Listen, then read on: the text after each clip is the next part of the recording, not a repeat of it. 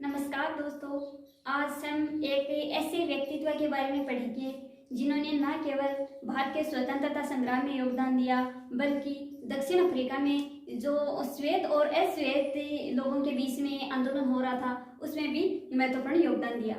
अपन देखें कि कोई भी एग्ज़ाम हो, जैसे छोटे से छोटे लेवल से लेकर देखें भारत की सबसे बड़ी एग्ज़ाम है आईएएस के एग्ज़ाम, उसमें भी महात्मा गांधी से रिलेटेड क्वेश्चन पूछे जाते हैं। और अपन ये देखें कि केवल एग्ज़ाम में ही क्वेश्चन नहीं पूछे जाते हैं। अपन अगर अपनी डेली लाइफ के बारे में सोचें तो उसमें भी अपन उनके बहुत सारे सिद्धांत हैं गांधी जी के, जिन सिद्धांतों को हम ग्रहण कर सकते हैं। तो आज हम देखेंगे कि उनके कौन से सिद्धांत थे, उनका कौन सा व्यवहार था जिनकी वजह से आज से हम उन्हें याद करते हैं।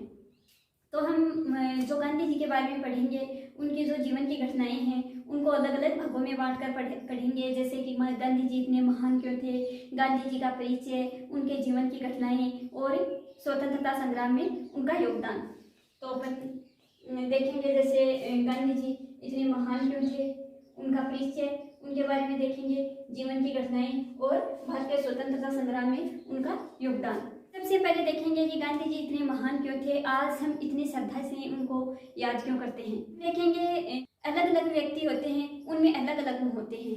जैसे किसी में एक टीचर के गुण होते हैं, किसी में एक महात्मा के गुण होते हैं, किसी में राजनेता के गुण होते हैं, किसी में क्रांतिकारी के गुण होते हैं, किसी में लेखन शैली अच्छी होती है, किसी में बोलने की शैली अच्छी होती है। तो इस तरह से देखें तो गांधी जी में अपन देखें तो वो सभी जो क्षेत्र थे उनमें उनका इंटरेस्ट था। और जैसे उसमें महात्मा के भी गुण थे, उनमें क्रांतिकारी के भी गुण थे, उनमें एक अच्छे राजनेता के भी गुण थे। महात्मा के बारे में अपन देखें, जैसे महात्मा में महात्मा बुद्ध हैं। तो जैसे महात्मा के गुण होते हैं, जैसे सत्य बोलना, अहिंसा का पालन करना, धर्म सुधार करना, समाज से में जो बुराइयां फैली हुई हैं उनको दूर करना, सभी वर्गों को एक साथ लेकर चलना, जो अलग अलग जाति के लोग हैं, अलग अलग धर्म के लोग हैं, उनमें जो भेदभाव होता है उनमें एकता स्थापित करने का प्रयास करना। तो ये सारे गुण गांधी जी में थे। इसी तरह से देखा जाए कि क्रांतिकारी, तो क्रांतिकारी में देखा जाए तो क्रांति का मतलब ये होता है कि कम समय में ज्यादा परिवर्तन कर देना, मतलब आमूल परिवर्तन कर देना। तो गांधी जी के भी यही विचार थे। जैसे गांधी जी ने सबसे पहले एक बड़ा आंदोलन खड़ा किया था, असहयोग आंदोलन। तो उस टाइम गांधी जी ने कहा था कि सारे वर्ग मिलकर हमें सहयोग दें और हम एक साल में, लोगों से प्रॉमिस किया था कि एक साल में हमें स्वतंत्रता मिल जाएगी। तो इस तरह से उनके क्रांतिकारी विचार थे। तीसरा, उनमें एक राजनेता के भी बहुत अच्छे गुण थे। उनमें राजनेता के अच्छे गुण थे, तभी तो इतने सारे उन्होंने आंदोलन किया, सभी वर्गों को साथ लेकर चले, गरीब अमीर महिला वर्ग, किसान मजदूर, सब जो क्षेत्र के लोग थे सबको साथ लेकर चले। और उन्होंने बड़े बड़े आंदोलन खड़े किए। जैसे स्टार्टिंग में उन्होंने छोटे क्षेत्र विशेष के आंदोलन किए, जैसे चंपारण सत्याग्रह, खेड़ा और अहमदाबाद सत्याग्रह। उसके बाद में जब 1919 में रोलर टेक्ट आया, उस टाइम जो अखिल भारतीय आंदोलन हुआ, उस टाइम उन्होंने आंदोलन का नेतृत्व किया। फिर असहयोग, सविनय अवज्ञा आंदोलन, भारत छोड़ो जैसे बड़े आंदोलनों का नेतृत्व किया और उनमें सफलता भी मिली। तो इस तरह से देखें कि जो नेता के उनमें गुण थे उनमें महात्मा के गुण थे और क्रांतिकारियों के उनमें गुण थे। तो इस तरह से बहुत सारे गुण उनमें समाये हुए थे। इसी वजह से आज हम उन्हें श्रद्धा से याद करते हैं। अब भी देखा जाए कि वो सभी वर्गों को एक साथ लेकर चलने का प्रयास करते थे और ये भी बोलते थे कि जब यहाँ भारत में मशीनीकरण हो रहा था और इंग्लैंड में औद्योगिक क्रांति हुई, उसके बाद में धीरे धीरे अपने देशों में भी हो रही थी, एशिया के देशों में, तो उन्होंने मशीन का विरोध किया। मशीन का विरोध इसलिए किया कि मशीन है वो जो जनता है उसके रोजगार थे उनको विस्थापित कर रही थी। मतलब कितने लोग कोई काम करते हैं उनको एक मशीन कर सकती है। इस वजह से वो लोग तो बेरोजगार हो गए जो इतने दिन वो काम कर रहे थे। इसलिए उन्होंने मशीन का विरोध किया कि अगर मशीन आ जाएगी तो जो लोग हैं वो बेरोजगार हो जाएंगे, जो गरीब जनता है वो और गरीब हो जाएगी और जो अमीर हैं जो मशीन से काम करेंगे तो और ज़्यादा अमीर हो जाएंगे और ये जो गरीब अमीर के बीच की दरार है ये और ज़्यादा चौड़ी हो जाएगी। इसलिए उन्होंने कहा कि मशीन की जगह हमें ये जो छोटे चरखे जैसे छोटे उपकरण हैं इन पर बल देना चाहिए ताकि ज़्यादा से ज़्यादा लोगों को रोजगार मिल सके। उन्होंने एक बात कही थी कि जो हमारी प्रकृति है वो हमारी आवश्यकताओं के पूर्ति के लिए उनके जो स्रोत हैं वो पर्याप्त हैं, लेकिन जो हमारा लालच है उसको पूरा करने के लिए कतई नहीं। क्यों? क्योंकि अगर हमें जितनी ज़रूरत है उतना अगर हम जो प्रकृति के स्रोत हैं कोई भी हैं, जैसे पानी है उसी को अपन ले लेते हैं, तो कि ज़रूरत के हिसाब से अगर काम में लेंगे तो वो पर्याप्त है, लेकिन अगर हम अपने लालच के लिए उसको वेस्टेज करेंगे तो वो पर्याप्त नहीं है। मतलब प्रकृति हमारे लालच को कभी पूरा नहीं कर सकती। तो इस तरह के जो उनके विचार थे, जैसे सत्य बोलना, तो वो उनके व्यवहार में थे। वो ये नहीं था कि अवसर मिलने पर वो झूठ बोल जाएं, वो नहीं, झूठ बिल्कुल नहीं बोलते थे। उनका स्टार्टिंग की एक बात है, उस टाइम उन्होंने मांस खाना शुरू कर दिया था, लेकिन उनका सिद्धांत ये था कि सत्य बोलना है। और महात्मा गांधी के जो माता पिता थे उनके सिद्धांत थे कि कभी मांस नहीं खाना है। तो महात्मा गांधी ने सोचा कि मांस अगर खाएंगे तो मम्मी पापा नाराज होंगे, अगर उनके सामने झूठ बोलेंगे तो ये अपने सिद्धांत के विरुद्ध है। इसलिए उन्होंने मांस खाना बंद कर दिया कि जब तक मेरे माता पिता जीवित रहेंगे तब तक मैं मांस नहीं खाऊंगा, क्योंकि ये मेरे सिद्धांत के विरुद्ध है। ये सत्य है, इस चीज़ के लिए मैं असत्य नहीं बोल सकता मेरे मम्मी पापा के सामने कि मैंने मांस नहीं खाया, ये तो असत्य हो गया। और अगर सत्य बोलूँगा तो मेरे मम्मी पापा नाराज हो जाएंगे। इसलिए उन्होंने अपनी जो बुराई थी उनको छोड़ ही दिया, लेकिन कभी असत्य नहीं बोले। इसी तरह से अहिंसा उनका सिद्धांत था, तो सिद्धांत के ऊपर हमेशा अडिग रहते थे। जैसे असहयोग आंदोलन था, तो असहयोग आंदोलन के टाइम पर आंदोलन अच्छी स्थिति में था और अच्छी तरह से अंग्रेजों के विरुद्ध चल रहा था, लेकिन जो चोरी चोरा कांड हो गया उसकी वजह से हिंसा फैली। तो जब हिंसा हो गई तो गांधी जी ने कहा कि ये मेरे सिद्धांतों के विरुद्ध है और जो मेरे सिद्धांत हैं उनके विरुद्ध जाकर मैं आंदोलन नहीं करना चाहता, इसलिए उन्होंने आंदोलन को खत्म कर दिया। हालांकि इसके लिए उन्हें बहुत आलोचनाओं का सामना करना पड़ा। उस समय के बहुत सारे जो राजनीतिज्ञ वगैरह थे उन सब ने गांधी जी का विरोध किया कि अच्छी स्थिति में आंदोलन चल रहा था और हम स्वतंत्रता के करीब थे, लेकिन गांधी जी ने आंदोलन को रोक दिया। तो इस तरह से जो ये इनके विचार थे वो इतने अच्छे थे, इसी वजह से हम उनको श्रद्धा से याद करते हैं। अब अपन देखेंगे उनके परिचय के बारे में। बचपन का नाम था मोहनदास, लेकिन गुजरात में ये ऐसा एक रिवाज है कि जो इनके पिताजी का नाम होता है वो बच्चे के नाम के साथ में जुड़ता है, इसलिए उनका पूरा नाम हो गया मोहनदास करमचंद गांधी। जो भारत में स्वतंत्रता संग्राम चल रहा था उस टाइम रविंद्रनाथ टैगोर थे, उन्होंने उनको महात्मा की उपाधि दी, इसलिए उनको बोला जाने लगा महात्मा गांधी। वो 13 साल के थे उस टाइम गांधी जी की शादी हो गई थी। ये 4 पुत्र थे, जमनालाल बजाज को 5वां पुत्र कहा जाता है। तो 2 अक्टूबर 1869 ईस्वी में उनका जन्म हो गया था। उसके बाद में 1887 ईस्वी तक उन्होंने भारत में ही पढ़ाई की, लेकिन उसके बाद में उसकी इच्छा थी कि मैं वकालत करूं, तो वकालत की पढ़ाई करने के लिए, बैरिस्ट्री के लिए वो 1887 ईस्वी में लंदन चले गए और उन्होंने वहीं से बैरिस्ट्री की डिग्री ली। बैरिस्ट्री की डिग्री लेने के बाद में 1891 ईस्वी में वापस से भारत आए और यहाँ पर उन्होंने वकालत की शुरुआत की। सबसे पहले उन्होंने मुकदमा लड़ा, मम्मी बाई केस था एक, तो वो केस लड़ा तो उनको उसमें सफलता नहीं मिली, इसलिए उन्होंने मुकदमे को बीच में छोड़ दिया। गांधी जी ने उस टाइम की बात अपनी आत्मकथा में लिखी है कि मुझे, जब मैं वो मुकदमे की पैरवी के लिए खड़ा हुआ तो मुझे इतनी घबराहट हो रही थी, मेरे पैर कांप रहे थे, मेरा सिर चकरा रहा था और मुझे ऐसा लग रहा था कि ये अदालत है, ये चारों ओर घूम रही है, तो मुझसे कुछ बोला ही नहीं जा रहा था। इस तरह के उन्होंने अपने विचार बताए, तो उनको उस मुकदमे में सफलता नहीं मिली, तो उन्होंने मुकदमे को बीच में छोड़ दिया। 1893 ईस्वी में अब्दुल्ला भाई थे, उन्होंने कहा कि दक्षिण अफ्रीका में उनकी कंपनी थी, जो फर्म थी अब्दुल्ला भाई फर्म, तो उसके लिए कोई मुकदमे की पैरवी के लिए उन्होंने कहा कि आप दक्षिण अफ्रीका मेरे साथ चलो। तो 1893 ईस्वी में गांधी जी दक्षिण अफ्रीका चले गए। तो 1893 में वो दक्षिण अफ्रीका गए थे। उसके बाद में 2020 में भारत लौटे थे, लेकिन अंतिम रूप से वो 1915 में ही भारत में लौटे और ये देखो 20-22 साल वो दक्षिण अफ्रीका में ही रहे।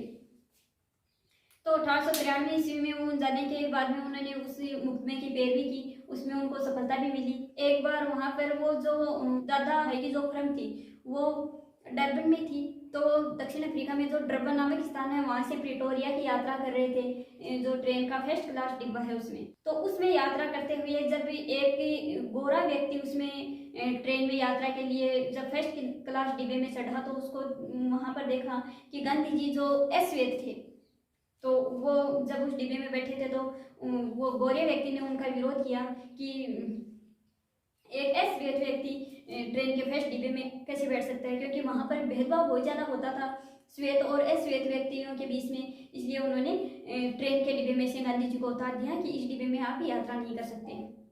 वहाँ पर जब उनको नीचे उतारा गया मोरिशसबर्ग में, तो वहीं पर उनको कुछ लोगों ने बताया कि ये जो नटाल है यहाँ पर जो भारतीय और एशियन लोग जो यहाँ पर रहते हैं उनके साथ में बहुत ज़्यादा भेदभाव किया जाता है, उनको मतदान का अधिकार भी नहीं दिया जाता, श्वेत और अश्वेत हैं उनके बीच में भी बहुत भेदभाव किया जाता है। इसलिए आप अपने आपस में मिलकर एक आंदोलन करते हैं जिसका आप नेतृत्व करो। तो हालांकि गांधी जी 1894 ईस्वी में भारत लौटने का प्लान कर रहे थे, लेकिन जब लोगों ने उनको कहा कि आप हमारे साथ आंदोलन करो तो 1894 ईस्वी में उन्होंने नटाल में आंदोलन शुरू कर दिया। 1894 में जो कांग्रेस की स्थापना की और आंदोलन शुरू कर दिया कि ये जो श्वेत और अश्वेत लोगों के बीच में भेदभाव हो रहा है वो समाप्त होना चाहिए, क्योंकि इंसान तो सारे एक जैसे होते हैं। भगवान किसी को ऐसे अलग अलग बनाकर थोड़ी भेजता है कि ये श्वेत है ये अश्वेत है, ये तो भेदभाव हम खुद क्रिएट कर रहे हैं यहाँ पर, इसलिए कि ये जो भेदभाव है ये समाप्त होना चाहिए। और दूसरा कि जो वहाँ पर भारतीय और एशियन लोग रहते थे उनको मतदान का अधिकार नहीं था दक्षिण अफ्रीका में, तो उनको भी मतदान का अधिकार दिया जाए। और एक एक्ट शुरू किया गया था वहाँ पर कि जो भारतीय और एशियन जो बाहर के लोग हैं उन सबको पंजीकरण करवाना जरूरी है, अन्यथा वो यहाँ पर दक्षिण अफ्रीका में नहीं रह सकते। तो ये जो इस तरह के कानून थे उनके विरोध में गांधी जी ने आंदोलन किए। 1896 में गांधी जी एक बार भारत लौटे, लेकिन कुछ टाइम यहाँ पर रहकर वापस दक्षिण अफ्रीका चले गए। अब दक्षिण अफ्रीका में और भी था, जैसे वहाँ पर एक बोअर युद्ध हुआ था और अंग्रेज थे उनके बीच में जो झड़पें हो रही थी उसमें गांधी जी ने जो अंग्रेज थे उनकी सहायता की। तो जब उन्होंने उनको की सहायता की तो जो अंग्रेज थे उन्होंने गांधी जी को 2 पदक दिए। 1901 में गांधी जी भारत लौटे और उस टाइम उन्होंने सबसे पहले जो कांग्रेस के अधिवेशन होते थे, कांग्रेस की स्थापना हुई थी 28 दिसंबर 1885 ईस्वी में, तो हर साल उसके जो अधिवेशन होते थे, तो सबसे पहले गांधी जी ने जो कांग्रेस का अधिवेशन था उसमें 1901 में भाग लिया था। कांग्रेस अधिवेशन हालांकि इसमें भाग लिया लेकिन ऐसे कोई बड़े राजनीतिज्ञ के रूप में भाग नहीं लिया, ऐसे नॉर्मली दर्शक के रूप में इन्होंने भाग लिया था। फिर वापस वो दक्षिण अफ्रीका चले गए और 1906 में वहाँ पर दक्षिण भारत में अपने 2 फार्म स्थापित किए। एक तो 1906 में किया डरबन में फिनिक्स फार्म, और दूसरा 1909 में जो जोहान्सबर्ग है वहाँ पर टोल्स्टॉय फार्म स्थापित किया। 1906 में डरबन में फिनिक्स फार्म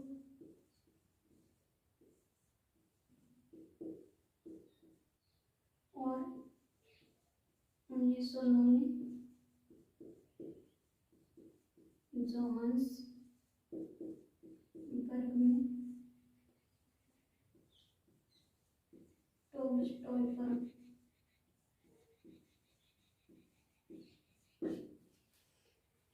तो इनके माध्यम से उन्होंने वहाँ पर जो आंदोलन वगैरह किए वो इस तरह से उन्होंने काफ़ी वहाँ पर आंदोलन किए। और उसके बाद में 1915 में वो भारत लौटे। भारत में गांधी जी अंतिम रूप से लौटे 9 जनवरी 1915 को। ये जो 9 जनवरी है इसको प्रवासी भारतीय दिवस के रूप में मनाते हैं। अब ये क्यों मनाते हैं कि जब गांधी जी 20-22 साल तक दक्षिण अफ्रीका में रहे और जब 9 जनवरी 1915 को भारत को अंतिम रूप से लौट आए, उसके बाद में दक्षिण अफ्रीका नहीं गए और फिर यहीं के का जो स्वतंत्रता संग्राम था उसमें उन्होंने योगदान दिया। तो आज से जैसे हर साल जब 9 जनवरी आती है तो उस दिन प्रवासी भारतीय दिवस मनाया जाता है, और उस दिन जो भारत के व्यक्ति भारत से बाहर रहते हैं उनका ये स्वागत के रूप में ये दिवस मनाया जाता है। तो 1915 में जब वो भारत आ गए तब उन्होंने यहाँ पर देखा कि जो ब्रिटिश सरकार है वो उन्होंने यहाँ पर शासन स्थापित कर रखा है। वो केवल व्यापार करने के लिए यहाँ पर आए थे, लेकिन उन्होंने पूरी तरह से अपना शासन स्थापित कर लिया है और जो यहाँ अपने सारे नियम कानून हैं वो यहाँ के लोगों के ऊपर थोप रहे हैं। महात्मा गांधी के गुरु का नाम था गोपाल कृष्ण गोखले। तो गोखले ने जब गांधी जी भारत आए तो गोखले ने गांधी जी को एक बात कही थी कि अगर यहाँ के स्वतंत्रता संग्राम में आपको भाग लेना है तो आपको 1 साल तक पूरे भारत में भ्रमण करना है, पूरे भारत में भ्रमण करना है और आपको बोलना कुछ नहीं है। उन्होंने कहा कि आपको कान खुले रखने हैं लेकिन बोलना कुछ नहीं है, कि लोगों के विचार जानो, लोगों के विचार जानने हैं कि लोगों के क्या विचार हैं, अपने विचार नहीं बताने हैं। केवल 1 साल तक जनता के विचार जान लो, फिर उसके हिसाब से अपन स्वतंत्रता संग्राम में भाग लेंगे और लोगों के साथ मिलकर आंदोलन करेंगे। तो गांधी जी ने वैसा ही किया कि 1 साल तक वो कुछ अधिवेशन वगैरह कहीं पे भी होते थे वहाँ पर जाते थे, लेकिन एक दर्शक के रूप में वो अपने विचार कहीं नहीं रखते थे, एक मतलब एक्टिव नेता के रूप में उन्होंने भाग नहीं लिया। एक घटना और है, जब गांधी जी यहाँ पर 1915 में आए तभी प्रथम विश्व युद्ध चल रहा था। प्रथम विश्व युद्ध चल रहा था तो जो ब्रिटिश सरकार थी उनका वो बोल रहे थे कि जो भारत के सैनिक हैं वो इंग्लैंड के पक्ष में लड़े, इंग्लैंड के साथ वार्ता करें। तो गांधी जी ने भी कहा कि हाँ, जो भारतीय सैनिक हैं उन्हें सहयोग देना चाहिए इंग्लैंड के लोगों को। इसलिए जो भारत की जनता है उन्होंने उन्हें सार्जेंट कहा, गांधी जी को सार्जेंट की उपाधि दी, मतलब जो सेना में भर्ती करने वाला, कि ये तो अपना पक्ष नहीं ले रहा है, ये अंग्रेजों के का पक्ष ले रहा है। लेकिन धीरे धीरे जब उन्होंने स्वतंत्रता संग्राम में भाग लेकर जनता के साथ में जब वो चलने लगे तो जनता को लगा कि नहीं, ये अंग्रेजों के पक्ष में नहीं, ये जनता की भलाई में ही काम कर रहे हैं और इनके नेतृत्व में जरूर हम स्वतंत्रता प्राप्त कर सकते हैं। तो इस तरह से वो 1915-16 में भारत भ्रमण किया और 1917 ईस्वी में उन्होंने सबसे पहले एक छोटा क्षेत्रीय सत्याग्रह किया, बिहार के चंपारण नामक स्थान पर एक सत्याग्रह किया। उन्होंने छोटे छोटे 3 सत्याग्रह किए। चंपारण सत्याग्रह है। चंपारण सत्याग्रह बिहार का एक चंपारण नामक की जगह है। वहाँ पर जो ब्रिटिश सरकार थी उन्होंने कहा कि कोई भी किसान है उसको 3/20 भाग करें। उस सिस्टम को बोलते थे 3 कठिया प्रथा। 3 कठिया प्रथा कि जो इनकी जमीन है उसके 3/20 भाग पर नील की खेती करनी है।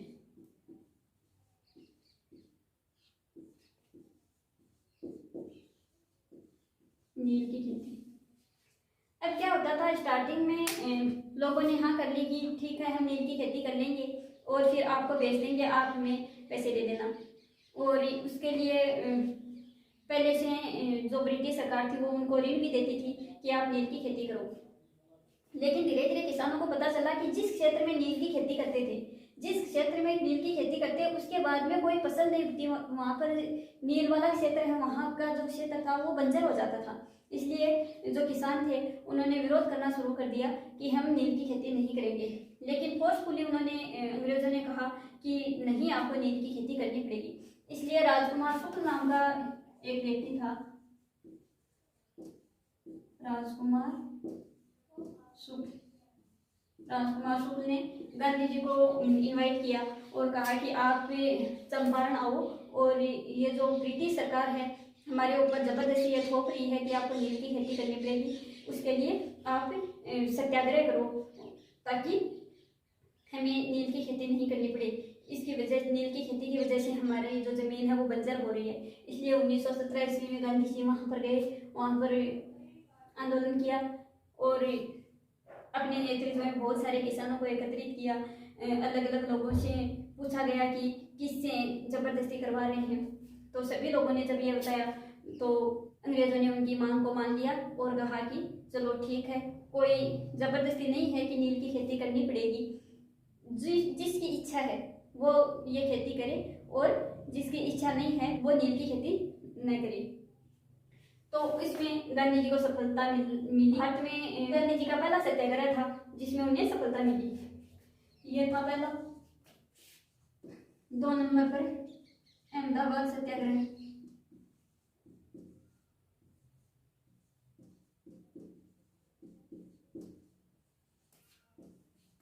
ये हुआ था फरवरी मार्च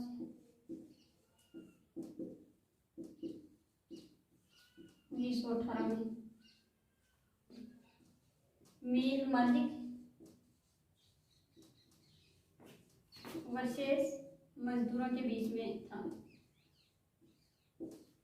पहले क्या ये बीमारी फैल गई थी, इसलिए प्लेग बोनस दिया जाता था उनको कि इतना आपको प्लेग बोनस दिया जाएगा, ताकि इस टाइम जो प्लेग बीमारी चल रही है उसमें आपको सहायता मिल सके। लेकिन जैसे ही वो प्लेग बीमारी खत्म हुई तो मील मालिकों ने कहा कि अब आपको ये प्लेग बोनस नहीं दिया जाएगा। तो मजदूरों ने कहा कि नहीं, महंगाई बढ़ गई है, इस वजह से जितना हमें बोनस दिया जाता था उतनी हमारी सैलरी बढ़ाओ। तो जो मिल मजदूर मालिक थे उन्होंने कहा कि नहीं बढ़ाएंगे। और उस टाइम मिल किस किस के बीच में हुआ ये, अंबालाल साराभाई,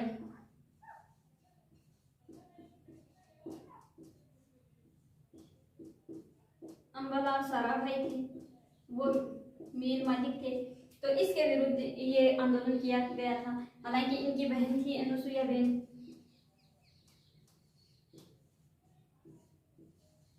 अनुसुईया बेन ये मजदूरों के साथ में थी।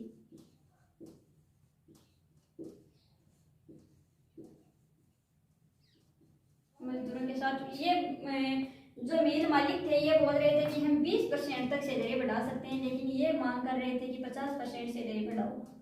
और जब गांधी जी के प्रयासों से आंदोलन किया गया कि मजदूरों की सैलरी बढ़ाई जाए, तो फाइनली समझौता हुआ 35% कि 35% दे देंगे। भाई ये 20% के लिए बोल रहे थे, ये 50% के लिए बोल रहे थे, तो अंतिम रूप से सहमति बन गई 35% पर। तीसरा सत्याग्रह हुआ खेड़ा सत्याग्रह।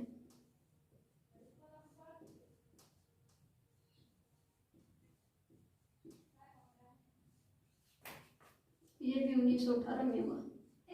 खेड़ा जो था, यहाँ पर जो किसान थे उन्होंने ये विद्रोह किया था और उन्होंने एक गुजरात सभा की स्थापना की।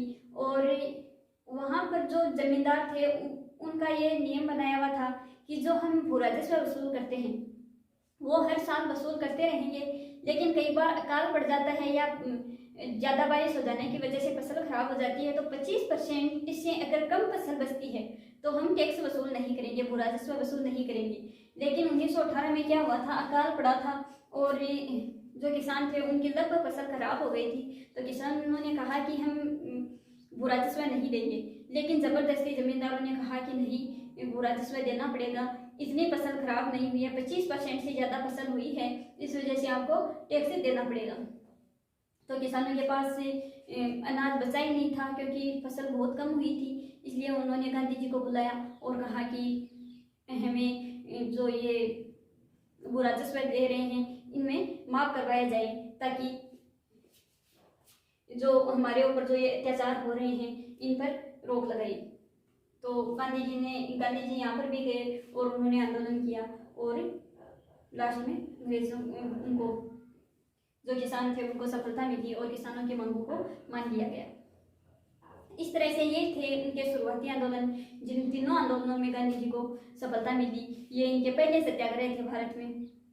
हालांकि सत्याग्रह है भारत में ये पहले थे, लेकिन सत्याग्रह है दक्षिण अफ्रीका में भी किए थे गांधी जी ने। तो सबसे पहला सत्याग्रह अगर पूछा जाए तो सबसे पहला सत्याग्रह 1906 में दक्षिण अफ्रीका में हुआ था।